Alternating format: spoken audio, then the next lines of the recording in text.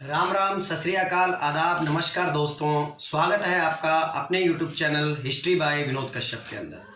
दोस्तों, जैसा कि आप जानते हो कि हम लगातार शासकों के बारे में पढ़ते जा रहे हैं और इस क्रम के अंदर इससे पहले हमने आमेर के कछुआ शासक मान सिंह प्रथम के बारे में क्या करी थी, जानकारी ली थी। दोस्तों, हम PTI सेकंड ग्रेड और अन्य परीक्षाओं में आने वाले जो महत्वपूर्ण शासक हैं उनको हम कर रहे हैं और इसी क्रम के अंदर हम आज करने वाले हैं मेवाड़ के एक इम्पोर्टेंट शासक जिनका नाम है महाराणा सांगा।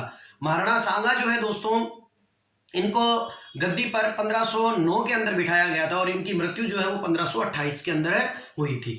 अगर इस वीडियो को शुरू करें दोस्तों, उससे पहले मेरी आप लोगों से एक छोटी सी अपील कि जिन बच्चों ने मेरे चैनल को सब्सक्राइब नहीं किया है वो मेरे चैनल को सब्सक्राइब कर लें, साथ ही साथ बेल आइकन को भी दबा लें ताकि मेरे आने वाले न्यू वीडियोस के जो नोटिफिकेशन है दोस्तों वो आपको मिलते रहे और मैं इसी तरह आपको YouTube पर बेहतरीन से बेहतरीन जानकारी आपको देता रहूँगा। तो चलिए दोस्तों, हम शुरू करते हैं आज का वीडियो और आज का वीडियो बड़ा ही इंटरेस्टिंग होने वाला है और एक एक चीज़ मैं आपको महाराणा सांगा के बारे में जानकारी दूंगा। हम इस वीडियो में पढ़ने वाले हैं कि कैसे महाराणा प्रताप की एक आंख जो है वो फूटी, महाराणा प्रताप का एक हाथ जो है वो किस युद्ध में कटा, महाराणा प्रताप का एक पैर जो है वो किस युद्ध में घायल हुआ। एक एक बारीकी से हम जानकारी लेंगे, उनके नाम के बारे में चर्चा करेंगे और साथ ही साथ सबसे महत्वपूर्ण बात दोस्तों, उनके समकालीन शासकों के बारे में बात करेंगे क्योंकि कई बार हमें इनके समकालीन शासकों को लेकर बड़ा दुविधा उत्पन्न होती है। तो चलिए दोस्तों शुरू करते हैं, ठीक है ना। महाराणा सांगा दोस्तों, महाराणा सांगा 1509 के अंदर मेवाड़ के शासक बने थे। इनके पिता का नाम रायमल था। याद रखिएगा दोस्तों, इनके पिता जो थे, इनके पिता का नाम क्या था, रायमल था, ठीक है। और रायमल का बड़ा पुत्र जो था जिसका नाम पृथ्वीराज सिसोदिया था या कुंवर पृथ्वीराज सिसोदिया, जिसे उड़ाना राजकुमार के नाम से भी या उड़ना राजकुमार के भी नाम से जानते हैं, वो महाराणा सांगा का बड़ा भाई था। और इनकी माता का नाम जो था रतन कुंवर था। याद रखिए दोस्तों, महाराणा सांगा की माता का नाम क्या था, रतन कुंवर था।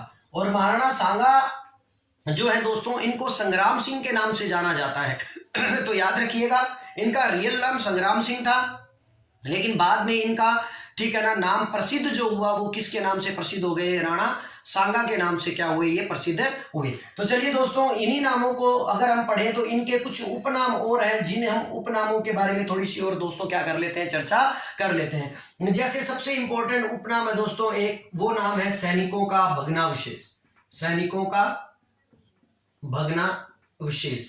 सैनिकों का भग्नावशेष का मतलब होता है दोस्तों खंडर की तरह, अर्थात जिस व्यक्ति का एक आंख न हो, जिस व्यक्ति का एक हाथ न हो, जिस व्यक्ति का एक पैर काम न करता हो, ऐसा शासक जो अपने आप के अंदर, जिसके शरीर पर 80 घाव हो, 80 घावों वाला शासक भी राणा सांगा को कहा जाता है। 80 घावों का शासक या 80 घावों वाला शासक, ये भी किसे कहा गया, राणा सांगा को कहा गया है। ऐसा शासक जो केवल और केवल युद्धों के लिए प्रसिद्ध हो दोस्तों।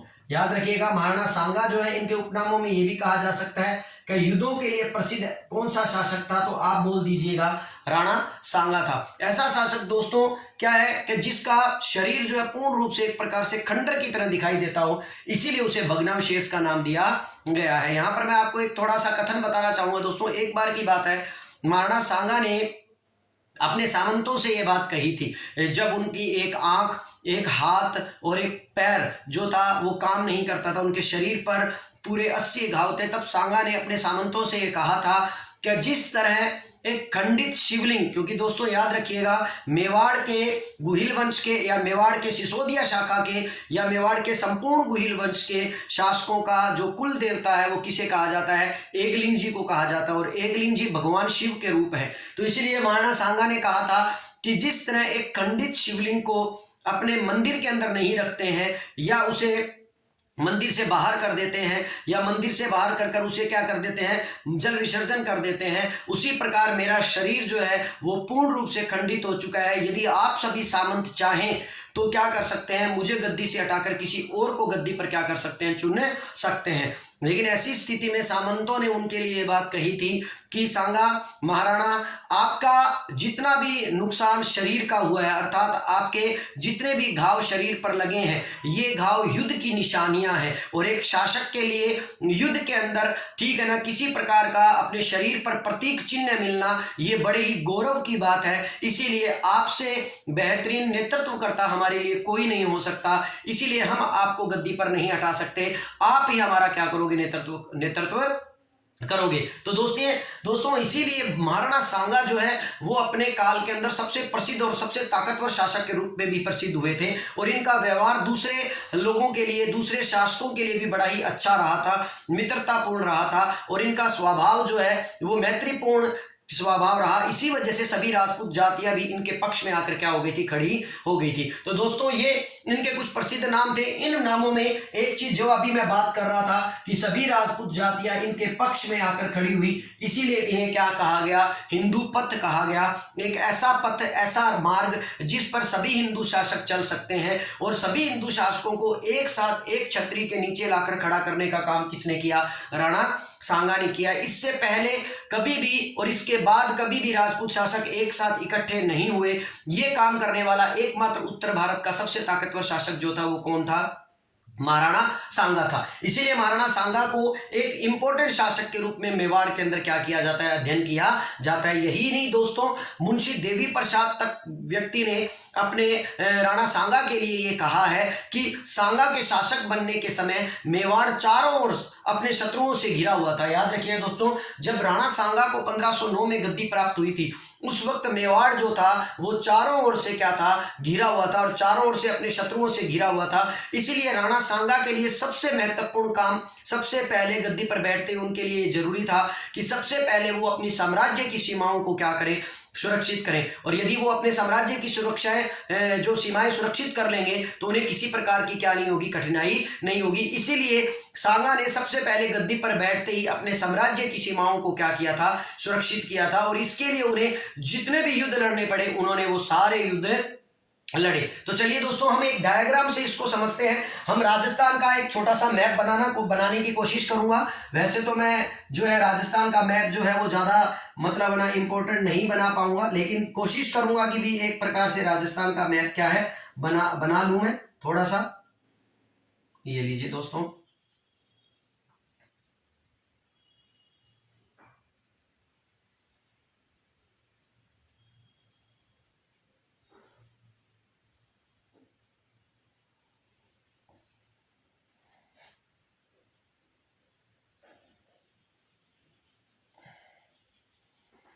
एक प्रकार से दोस्तों ये राजस्थान का आपका मैप है और आप इसको समझने में अब आपको थोड़ी सी कठिनाई नहीं होगी, ताकि मैं इस मैप से आपको ये जानकारी दूंगा तो थोड़ा सा जानकारी जो है वो बड़ी ही इंपॉर्टेंट आपको क्या है, अच्छी तरह क्या आने लगेगी, समझ में आने लगी। तो चलिए दोस्तों, हम बात करेंगे राजस्थान के इस क्षेत्र के बारे में, राजस्थान के इस भूभाग के बारे में।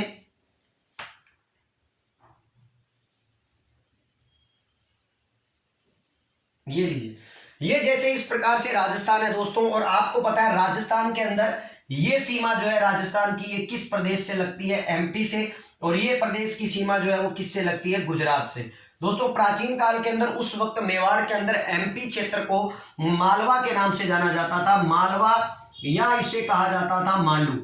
ठीक है ना दोस्तों। तो अब मैं जो आपको बात बता रहा हूं वो थोड़ा आपको समझनी होगी दोस्तों, कि क्योंकि आपको इस मैप से बड़ा अच्छी तरह समझ में आ जाएगा कि जो बात मैंने अभी कही और मुंशी देवी प्रसाद ने कहा कि सांगा जिस वक्त शासक बना था उस वक्त मेवाड़ चारों ओर से शत्रुओं से क्या था, घिरा हुआ था। अब कैसे घिरा हुआ था दोस्तों, यहां पर इंपॉर्टेंट स्थल था और वो था दिल्ली। ठीक है दोस्तों, उस वक्त आपको समझना होगा कि दिल्ली के अंदर जिस वक्त महाराणा सांगा गद्दी पर बैठे थे उस वक्त दिल्ली का शासक जो था उसका नाम था सिकंदर लोदी। हालांकि दोस्तों जब हम छोटे लेवल पर जानकारी लेते हैं तो केवल हमें इब्राहिम लोदी के बारे में जानकारी दी जाती है कि महाराणा प्रताप के युद्ध हुए, महाराणा सांगा के युद्ध हुए किसके साथ, इब्राहिम लोदी के साथ। युद्ध जरूर इब्राहिम लोदी के साथ हुए, लेकिन आपको समझना होगा कि जिस वक्त सांगा गद्दी पर बैठे थे उस वक्त दिल्ली सल्तनत पर कौन बैठा था, सिकंदर लोदी बैठा था। दूसरी बात, मालवा या मांडू की बात करें तो मालवा या मांडू के अंदर जो शासक था उसका नाम था नासिरुद्दीन शाह। याद रखिए दोस्तों, उसका नाम क्या था, नासिरुद्दीन शाह। लेकिन नासिरुद्दीन शाह की मृत्यु हो जाने के बाद आगे चलकर इसी मालवा या मांडू का सुल्तान बना था महमूद खलजी सेकंड। इसलिए आपको दोनों नाम याद रखने पड़ेंगे, क्योंकि महाराणा सांगा जो है वो इन दोनों शासकों के समकालीन था। पहले शासक था नासिरुद्दीन शाह, जिस वक्त महाराणा सांगा गद्दी पर बैठे थे, और आगे चलकर जब उनके युद्ध होते हैं तब आपको किस शासक के बारे में जानकारी मिलती है? महमूद खलजी सेकंड के बारे में जानकारी मिलती है। ये भी याद रखिएगा दोस्तों, ये महमूद खलजी सेकंड है। क्यों? क्योंकि हम महाराणा कुंभा के अंदर महमूद खलजी प्रथम का नाम सुनते हैं। ये वही महमूद खलजी प्रथम है दोस्तों, जिसने गुजरात के शासक कुतुबुद्दीन शाह के साथ मिलकर, ठीक है ना, राणा कुंभा के विरुद्ध चंपानेर की क्या की थी? संधि की थी। उसी तरह ये महमूद खलजी सेकंड है, जो मालवा या मांडू का क्या था दोस्तों? शासक था। और इधर याद रखिएगा सिकंदर लोदी के साथ साथ आप एक नाम और याद रख लीजिएगा, और वो है इब्राहिम लोदी। तो दोस्तों दोनों तरफ आपको दो नाम याद रखने पड़ेंगे। और यहाँ गुजरात में भी आप याद रखिए कि गुजरात में जिस वक्त राणा सांगा गद्दी पर बैठा था उस वक्त शासक था महमूद शाह बेगड़ा। याद रखिएगा दोस्तों, महमूद शाह बेगड़ा या महमूद बेगड़ा, ठीक है दोस्तों, ये याद रखिएगा। जिस वक्त शासक गद्दी पर बैठा था उस वक्त यहाँ का जो गुजरात का शासक जो था वो कौन था? महमूद शाह बेगड़ा था। लेकिन बाद में आगे चलकर यहाँ महमूद शाह बेगड़ा मर जाता है, और उसके बाद आगे चलकर गद्दी जो होती है वो किसे प्राप्त होती है?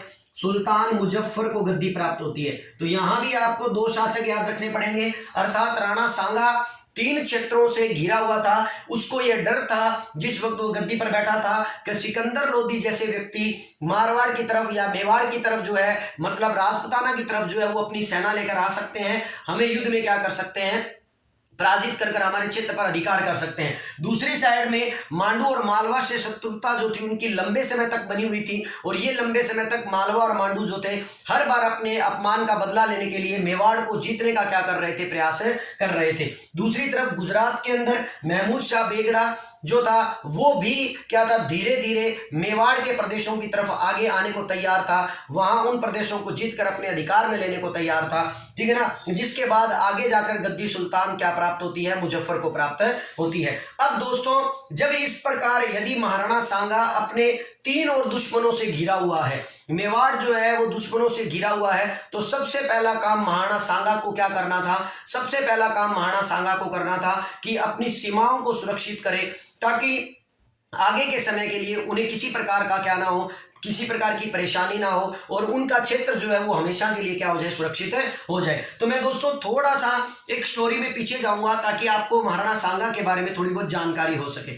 दोस्तों महाराणा सांगा जो है वो क्या थे? जब स्टार्टिंग के अंदर उनके बड़े भाई जिसका नाम कुंवर पृथ्वीराज सिसोदिया था, जिसे उड़ना राजकुमार के नाम से जानते हैं, ये उड़ना राजकुमार जो है ये गद्दी प्राप्त करना चाहते थे। उसी गद्दी के लालच के अंदर इन्होंने महाराणा सांगा की एक आंख फोड़ दी थी, ठीक है ना, जिसके कारण महाराणा सांगा का जो था एक अंग जो था वो भंग हो गया था। यहां से महाराणा सांगा जो है अपनी जान बचाने के लिए वहां से भागकर अजमेर आ गए थे। और अजमेर के अंदर दोस्तों याद रखिएगा कि जब वो अजमेर आए तो अजमेर के अंदर एक व्यक्ति था जो डाकू था, जिसका नाम था करमचंद पंवार। करमचंद पंवार जो था, इसी डाकू की गैंग में महाराणा सांगा जो है वो क्या हो गए थे? टोली में क्या हो गए थे? शामिल हो गए थे। और इसी करमचंद पंवार ने महाराणा सांगा को अपने यहाँ पर क्या दी थी? शरण दी थी। और यही रीजन था कि जब महाराणा सांगा को 1509 में मेवाड़ की गद्दी प्राप्त हुई, तो मेवाड़ की गद्दी प्राप्त होने पर महाराणा सांगा ने इसी करमचंद पंवार को अपने यहाँ पर बुलवाया, और इसी करमचंद पंवार ने अपनी बेटी का विवाह महाराणा सांगा से किया था। और इसीलिए बाद में आगे चलकर इसी करमचंद पंवार को महाराणा सांगा ने कौन सी उपाधि दी? रावत की उपाधि दी। अब मैं ये बात क्यों बता रहा हूं दोस्तों? क्योंकि आपको ये समझना होगा कि करमचंद पंवार जो है वो महाराणा सांगा का बड़ा ही विश्वास पात्र व्यक्ति है। वो महाराणा सांगा जो है इसे कहीं ना कहीं अपने दुश्मनों के विरुद्ध क्या करेंगे? कहीं ना कहीं इसकी तैनाती करेंगे, इसको सूबेदार बनाएंगे। और यही रीजन है दोस्तों जिसके कारण आपको करमचंद पंवार को उत्तरी पूर्वी सीमा की तरफ देखने को मिलता है। दोस्तों मैं बात कर रहा हूं उत्तरी पूर्वी सीमा की तरफ, तो आपको समझना चाहिए कि उत्तर और पूर्व की सीमा जो है आपको ये याद रखना पड़ेगा कि उत्तरी पूर्वी सीमा में अजमेर, परबतसर, ठीक है ना, फूलिया, बनेड़ा, मांडलगढ़, ये जितने भी परगने हैं याद रखिएगा दोस्तों। एक तो अजमेर की बात कर रहा हूं मैं, अजमेर के पास, उसके बाद नागौर के परबतसर की बात कर रहा हूं मैं, उसके बाद भीलवाड़ा के अंदर फूलिया की बात कर रहा हूं मैं, भीलवाड़ा के अंदर बनेड़ा की बात कर रहा हूं मैं, और भीलवाड़ा के अंदर मांडलगढ़ की बात कर रहा हूं मैं। दोस्तों इन परगनों के अंदर याद रखिएगा, इन परगनों के अंदर महाराणा सांगा ने इन परगनों का भार जो है वो किसको सौंप दिया, करमचंद पवार को सौंप दिया। और इस तरह मेवाड़ का नीचे का हिस्सा जो है वो दिल्ली से सिक्योर करने के लिए किसको उत्तरी पूर्वी सीमा सौंप दी, करमचंद पवार को सौंप दी। अब दोस्तों ये भी याद रखिएगा, करमचंद पवार को जो ये परगने सौंपे हैं, इन परगनों की वार्षिक आय 15 लाख के बराबर थी। अर्थात आप समझ सकते हो कि ये परगने जो हैं कोई छोटे मोटे परगने नहीं थे, वार्षिक आय या आय की दृष्टि से भी बड़े क्या थे, महत्वपूर्ण थे। तो चलिए देखिए, यहां पर इन्होंने एक प्रकार से अपने आप को सिक्योर कर लिया है, किसने, महाराणा सांगा ने। अब हम बात करेंगे दोस्तों मालवा की तरफ की। तो दोस्तों मालवा की तरफ की बात करें और साथ में हम पश्चिम की बात करें, तो दक्षिण पश्चिम की बात करते हैं। सबसे पहले दक्षिण पश्चिम, दक्षिण का हिस्सा नीचे है दोस्तों और पश्चिम का हिस्सा ही है। तो दक्षिण पश्चिम में कौन शासक था, महमूद बेगड़ा था। और महमूद बेगड़ा से अपने आप को सिक्योर करने के लिए महाराणा सांगा ने सबसे पहले सिरोही रियासत से अपने मैत्री संबंध बनाए। सिरोही के शासकों के साथ अपने मैत्री संबंध बनाकर उन्हें विश्वास में लिया तथा उन्हें यह दर्शाया कि आप हमारे मित्र हो, हम आपकी रियासत पर क्या नहीं करेंगे, अधिकार नहीं करेंगे, बल्कि आपको मित्रता के साथ बनाए रखेंगे। और साथ ही साथ यदि भविष्य में गुजरात आपके विरुद्ध किसी प्रकार की कार्रवाई करता है तो उस कार्रवाई में मेवाड़ हमेशा किसका साथ देगी, सिरोही का साथ देगी। इसी तरह दोस्तों यहाँ पर बागड़ के अंदर डूंगरपुर और जो बांसवाड़ा का क्षेत्र था, जो भी महमूद बेगड़ा के साथ लगाता था, अर्थात गुजरात की सीमा के साथ लगता था, इन शासकों के साथ भी महाराणा सांगा ने मैत्रीपूर्ण व्यवहार किया। और मैत्रीपूर्ण व्यवहार कर कर इनको भी अपना मित्र बनाया और इन्हें भी ये विश्वास दिलाया कि आपको भी हमारे राजपूतों के गुट में शामिल होना होगा और अगर भविष्य में आपको हमारी मदद की जरूरत पड़ेगी तो हम भविष्य में आपकी हर संभव क्या करेंगे, मदद करेंगे। तो दोस्तों ये याद रखिएगा, इस प्रकार महाराणा सांगा ने अपने जीवन के अंदर गद्दी पर बैठते ही कौन सी सीमा को सुरक्षित कर लिया, दक्षिण पश्चिम की सीमा को भी सुरक्षित कर लिया। यहां दक्षिण पश्चिम की सीमा मैत्री संबंध से उसने सुरक्षित की और यहां पर उत्तर पूर्वी सीमा उसने करमचंद पवार को देकर सुरक्षित कर ली। और अब रह गई दोस्तों उनकी कौन सी सीमा, इधर की साइड की सीमा, जो कि उत्तर पूर्वी सीमा या दक्षिण पूर्वी सीमा कहलाएगी। दक्षिण पूर्वी सीमा जो है वो किस तरह वो सुरक्षित करता है। देखिए दक्षिण पूर्व के अंदर दोस्तों नासिरुद्दीन शाह जो था वो मांडू का सुल्तान था और उसके बाद महमूद खलजी सेकंड गद्दी पर बैठा था। जब महाराणा प्रताप को ये पता लगा कि दक्षिण जो है, दक्षिण पश्चिम मतलब पूर्वी सीमा जो है, जो मांडू का क्षेत्र जो है वो हालांकि मेवाड़ से काफी दूरी पर है, लेकिन कहीं ना कहीं हमें युद्ध का खतरा जो है वो हमेशा मंडराता रहता है, क्योंकि मांडू और मालवा के शासक हमेशा मेवाड़ पर आक्रमण करने को क्या थे, लगातार मतलब ना ललायित रहते थे। इसीलिए उसने इस क्षेत्र के अंदर अपने विश्वास पात्र सेनापति मेदिनी राय को नियुक्त किया। दोस्तों ये मेदिनी राय कौन है, इसके बारे में मैं आपको आगे बताऊंगा ताकि आपको इसके बारे में पूर्ण जानकारी मिल जाए। और मेदिनी राय को नियुक्त कर मेदिनी राय को एक तो गागरोन वर्तमान में कहां पड़ता है दोस्तों, झालावाड़ में, एक तो गागरोन की जागीर दे दी उसे और एक उसको एमपी के अंदर, ठीक है ना, मालवा के अंदर एक क्षेत्र था जिसका नाम था चंदेरी, और इसे एक कहां की जागीर दे दी दोस्तों, चंदेरी की जागीर दे दी। इस तरह मेदिनी राय ने भी अपने आप को क्या है, मांडू या आप ये मान लीजिए मालवा के सुल्तानों से बचाने के लिए राणा सांगा ने मेदिनी राय को यहां नियुक्त कर दिया। चंदेरी में भी मेदिनी राय आ गया और उसके जस्ट बाद गागरोन के अंदर भी चंदेरी राय आ गया, अर्थात गागरोन का दुर्ग भी जो है वो किसको दे दिया, मेदिनी राय को दे दिया। इस तरह राणा सांगा ने अपने आप को तीन ओर से अर्थात सिक्योर कर लिया था, अपने राज्य को एक प्रकार से सिक्योर कर लिया था। यहां पर अब राणा सांगा जो है इस बात से अच्छी तरह परिचित हो गए थे कि अब उन्हें किसी प्रकार का खतरा नहीं है और अगर खतरा होगा तो उसके लिए वो किसी भी प्रकार का सैन्य अभियान है किसी भी दिशा की तरफ कर सकते हैं। अब हम दोस्तों यहां पर इन महाराणा सांगा के इन क्षेत्रों के साथ होने वाले संघर्षों की जानकारी लेते हैं कि महाराणा सांगा ने अपने काल के अंदर इन क्षेत्रों के साथ संघर्ष कैसे किए या इन क्षेत्रों के साथ संघर्ष कैसे हुए। दिल्ली के साथ उनके संघर्ष इब्राहिम लोधी के साथ हुए, मालवा के अंदर उनके संघर्ष महमूद खलजी सेकंड के साथ हुए और गुजरात के अंदर उसका संघर्ष जो है सुल्तान मुजफ्फर के खिलाफ हुआ। तो ये भी याद रखिएगा दोस्तों कि यहाँ पर अलग अलग शासक थे जिनके बारे में मैंने आपको जानकारी दी। आशा करता हूँ ये जानकारी आपको अच्छी लगी होगी।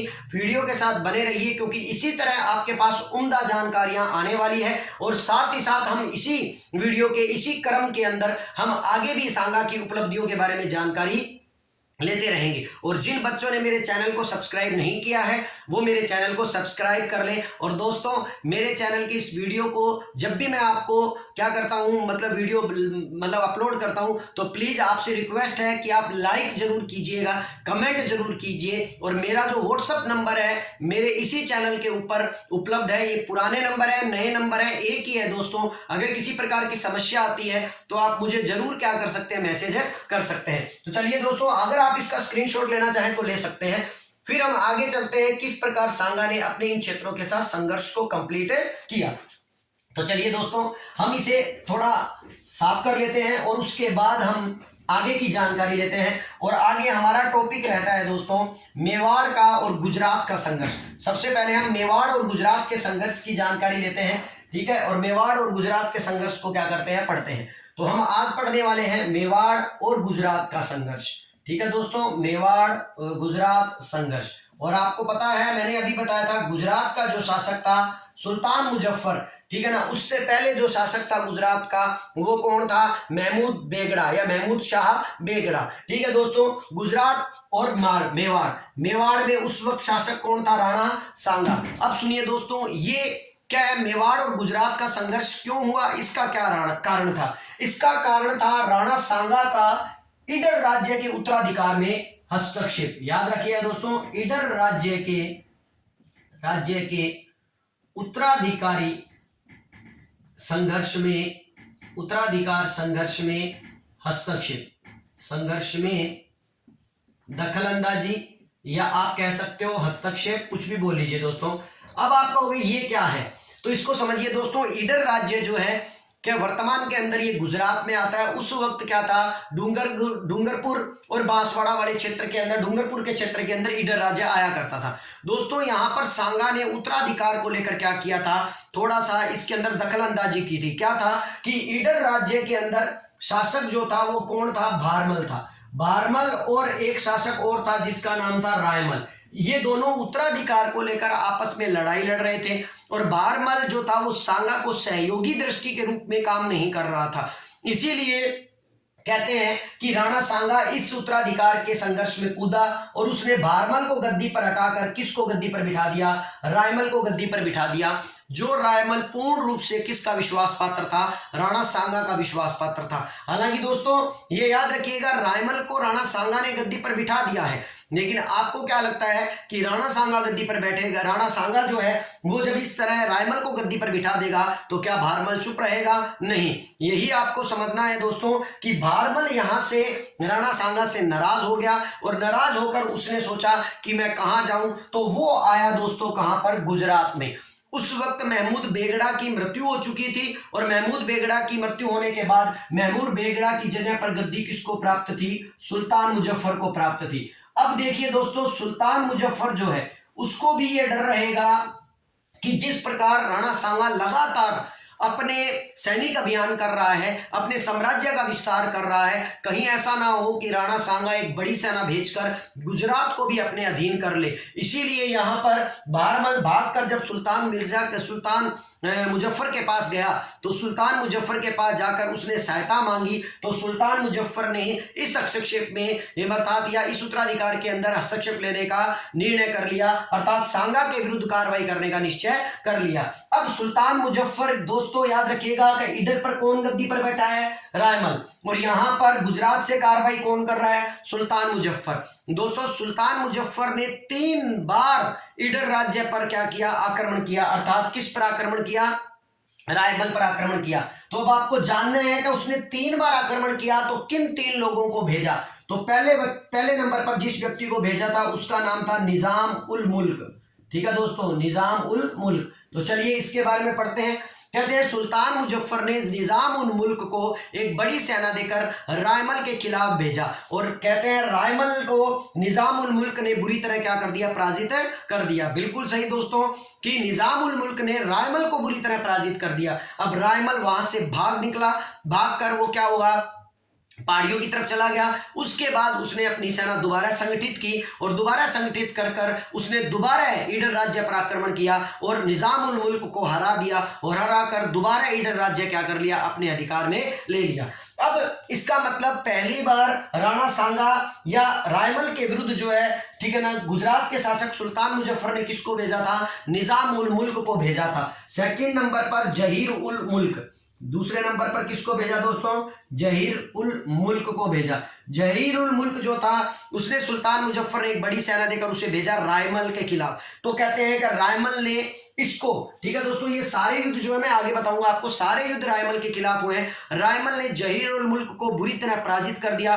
जहीर उल मुल्क हार कर वापिस सुल्तान मुजफ्फर के पास गया और उसने उसको सारी बात बताई। तो सुल्तान मुजफ्फर जो है बड़ा गुस्सा हुआ और सुल्तान मुजफ्फर ने दूसरी बार, ठीक है ना, हारने के बाद तीसरी बार फिर एक बड़ी सेना भेजी जो मलिक हुसैन या मुबारिज उल मुल्क के नाम से जो व्यक्ति है उसे भेजा, मुबारिज उल मुल्क।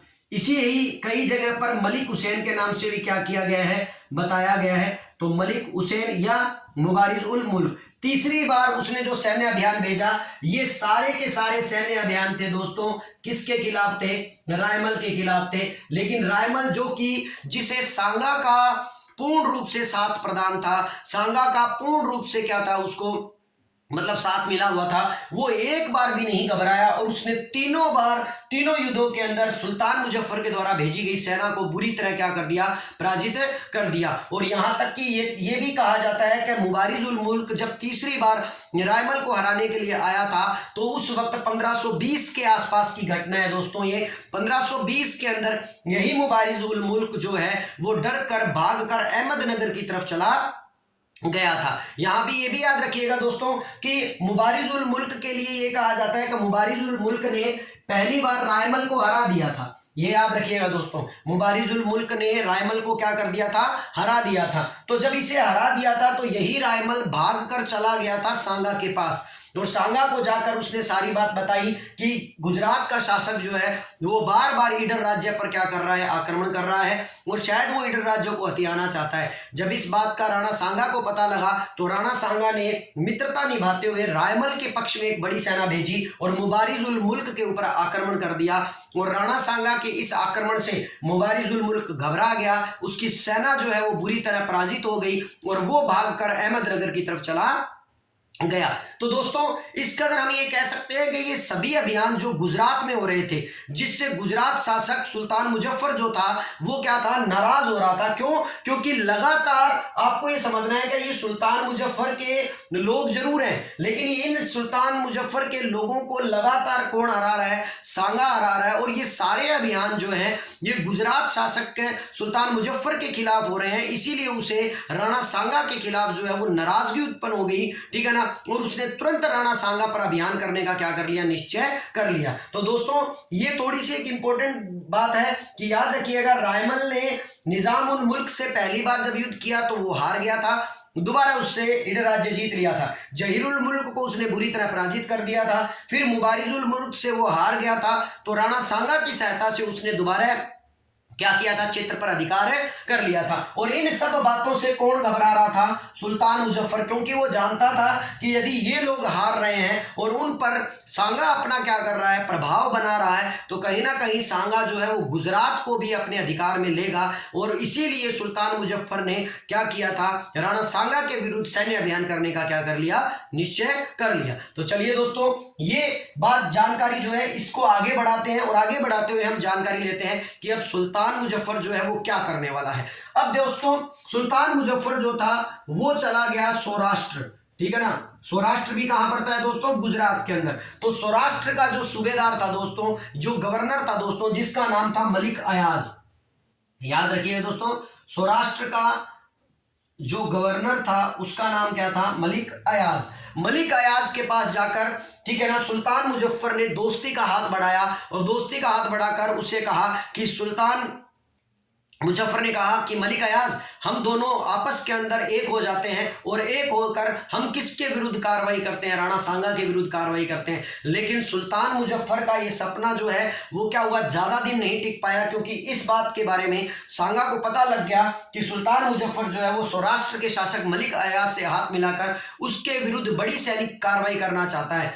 इसी बात से राणा सांगा जो था वो बड़ा अच्छी तरह परिचित हुआ और परिचित होकर उसने मलिक अयाज से संपर्क साधा और मलिक अयाज से हाथ मिला लिया और मलिक अयाज को कहा कि मुझे आपके क्षेत्र में इंटरेस्ट नहीं है और आप भी मेवाड़ की तरफ किसी प्रकार की कार्रवाई को लेकर इंटरेस्ट मत लीजिए। और मलिक अयाज जो था उसने दोस्ती का हाथ जो है वो थाम लिया और इस तरह राणा सांगा और मलिक अयाज के मध्य दोस्ती हो गई और सुल्तान मुजफ्फर जो है वो अकेला पड़ गया। और यहीं से आपको समझना होगा कि जब सुल्तान मुजफ्फर अकेला पड़ गया तो उसके बाद राणा सांगा के विरुद्ध कभी भी गुजरात की तरफ से कोई आक्रमण नहीं हुआ। तो दोस्तों ये था मेवाड़ गुजरात अर्थात सांगा की सैनिक उपलब्धि, जिसके अंतर्गत सांगा नया नया गद्दी पर आकर बैठा था, लेकिन देखिए किस कदर उसने राजनीतिक उपलब्धियों को प्राप्त किया है, किस कदर उसने अपने सैन्य अभियानों की व्यूह रचना को क्या किया है, रचा है कि सुल्तान मुजफ्फर अकेला पड़ गया और उसने दोबारा कभी भी गुजरात की तरफ से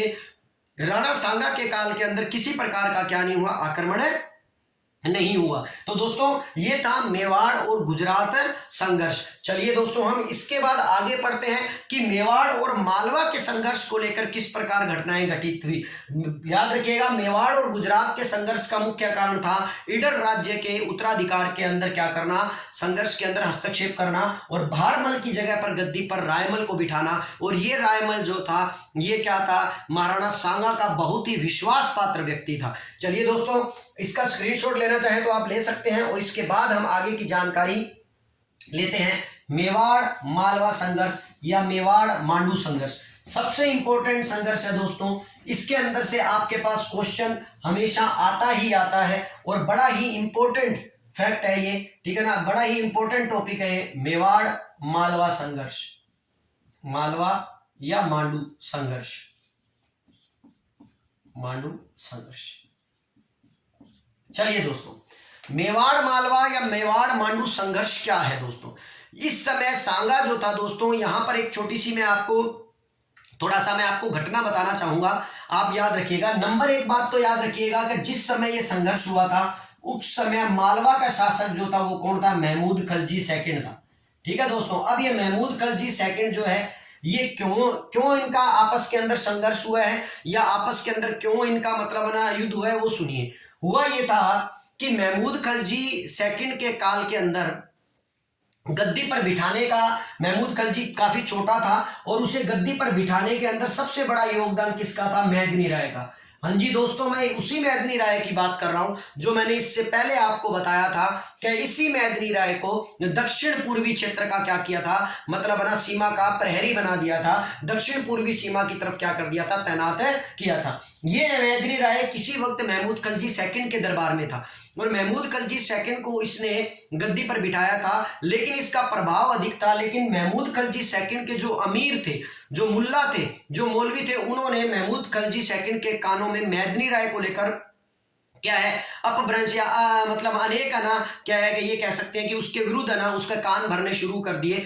उसके विरुद्ध जो है बातें करनी शुरू कर दी और इतनी बातें करी, इतने कान भरे कि महमूद खलजी उनके बातों के अंदर आ गया। और इसी वजह से महमूद खलजी ने मेदिनी राय को मांडू से या मालवा से बाहर निकाल दिया और मालवा से बेइज्जती कर जब बाहर निकाला तो यही मेदिनी राय किसके पास चला आया, राणा सांगा के पास चला आया। याद रखिएगा दोस्तों, ये किसके पास चला आया, राणा सांगा के पास। और राणा सांगा ने इसी मेदिनी राय को दो जागीरें दी, एक तो झालावाड़ के अंदर उसने कौन सी जागीर दी, गागरोन की, और एक उसने एमपी के अंदर मालवा के अंदर ही कौन सा क्षेत्र दे दिया, चंदेरी का क्षेत्र दे दिया। अब दोस्तों चंदेरी मालवा में पड़ता है और मालवा के और अन्य क्षेत्रों के ऊपर अधिकार किसका है, महमूद खलजी सेकंड का है। अब यहां पर इंपॉर्टेंट बात थी कि जब महमूद खलजी सेकंड को इस बात का पता लगा कि मेदिनी राय की मदद राणा सांगा ने की है और मेदिनी राय को चंदेरी का और गागरोन की क्या दे दी है, जागीर दे दी है, तो मेदिनी राय से बड़ा ही नाराज हुआ महमूद खलजी सेकंड और महमूद खलजी सेकंड ने मेदिनी राय पर सैनिक कार्रवाई करने का निश्चय कर लिया। और इसीलिए उस वक्त मेदिनी राय जो था वो किस दुर्ग में था, गागरोन दुर्ग में था। इसीलिए 1519 के अंदर, क्योंकि देखिए दोस्तों ये 1509 में गद्दी पर बैठा है और इसीलिए 1519 के अंदर एक युद्ध हुआ, जिस युद्ध को आप किसके नाम से जानते हो? गागरोन के युद्ध के नाम से जानते हो। तो याद रखिएगा दोस्तों, ये गागरोन का युद्ध क्यों हुआ है और गागरोन का युद्ध किन किन के मध्य हुआ है? महमूद खलजी सेकंड और राणा सांगा। लेकिन राणा सांगा की जगह पर आप उसके किस सेनापति का नाम लोगे? मेदिनी राय का। और इस युद्ध में मेदिनी राय राणा सांगा की तरफ क्या था? साथ में था। मैं टाइमिंग भी देख लेता हूं दोस्तों कि कितना टाइम हो गया है, ताकि मुझे मेरा वीडियो जो है, क्योंकि ये महाराणा सांगा भी 2 पार्टों में बनेगा, तो मैं ये कोशिश करूंगा कि इसका पूरी जानकारी आपको दूं। तो चलिए दोस्तों, अब गागरोन का दुर्ग गागरोन के दुर्ग के अंदर उस वक्त मेदिनी राय था, इसीलिए एक युद्ध होना स्वाभाविक था। और इसी युद्ध को आप किसके नाम से जानते हो? गागरोन के युद्ध के नाम से जानते हो, जो 1519 के अंदर किया गया। दोस्तों, इस युद्ध के अंदर राणा सांगा की सेनाएं विजेत रही। राणा सांगा इस युद्ध के अंदर जीत गया।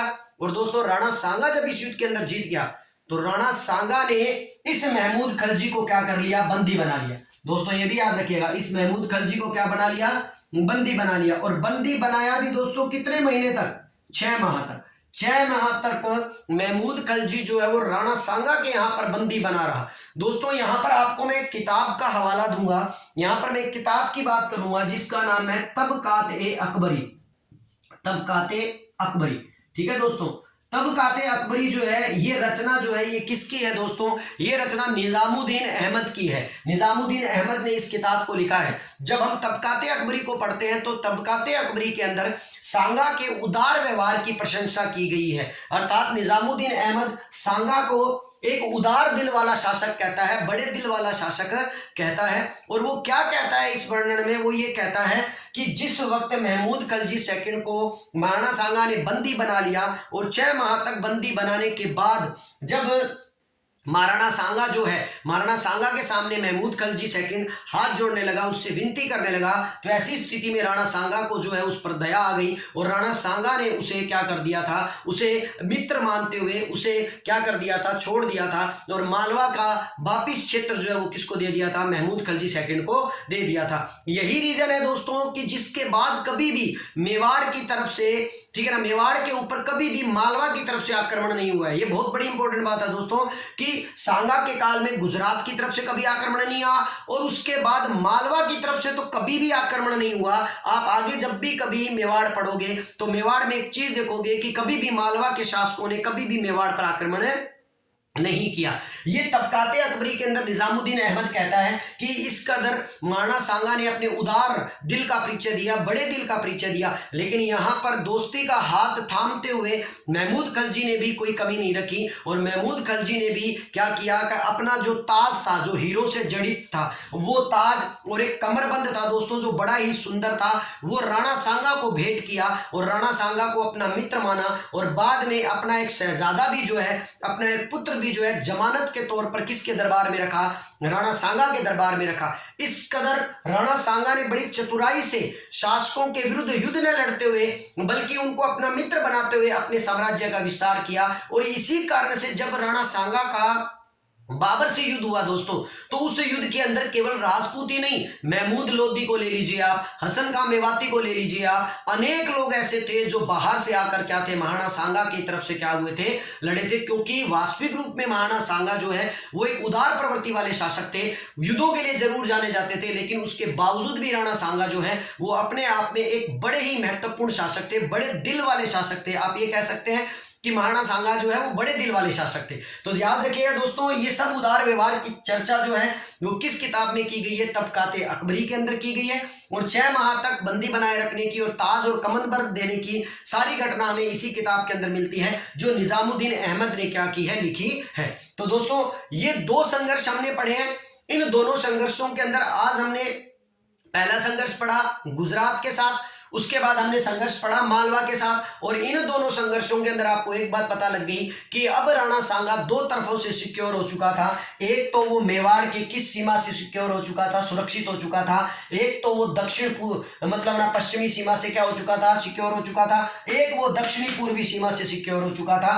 अब राणा सांगा के सामने केवल अगर किसी प्रकार की दिक्कत थी तो वो थी दिल्ली की तरफ से, अर्थात उत्तर पश्चिम की तरफ से, उत्तर पूर्व की तरफ से। लेकिन दोस्तों ऊपरी हिस्से के ऊपर उत्तर पूर्व की तरफ से अगर दिल्ली की तरफ से उसको थोड़ी दिक्कत थी, तो यहां पर आपको यह भी समझना होगा कि जब हम मेवाड़ और दिल्ली संघर्ष के बारे में पढ़ेंगे तो यहां पर आपको यह जानना होगा कि मेवाड़ के अंदर जब राणा सांगा गद्दी पर बैठते हैं उस वक्त दिल्ली का शासक सिकंदर लोदी था, लेकिन जब इनके मध्य आपस में संघर्ष हुआ तब उस वक्त सिकंदर लोदी नहीं था, उसकी मृत्यु हो चुकी थी। 1517 में सिकंदर लोदी की मृत्यु हुई थी, लेकिन अब इब्राहिम लोदी क्या हो चुका था, शासक बन चुका था। इसीलिए आपको यह भी याद रखना है कि महाराणा सांगा के अब जितने भी युद्ध या जितना भी संघर्ष दिल्ली के जो सुल्तान के साथ होगा, उस वक्त सुल्तान के रूप में गद्दी पर कौन बैठा होगा, महाराणा कौन, दिल्ली की गद्दी पर कौन बैठा होगा, इब्राहिम लोदी। तो हम आगे के जो संघर्ष पढ़ने वाले हैं दोस्तों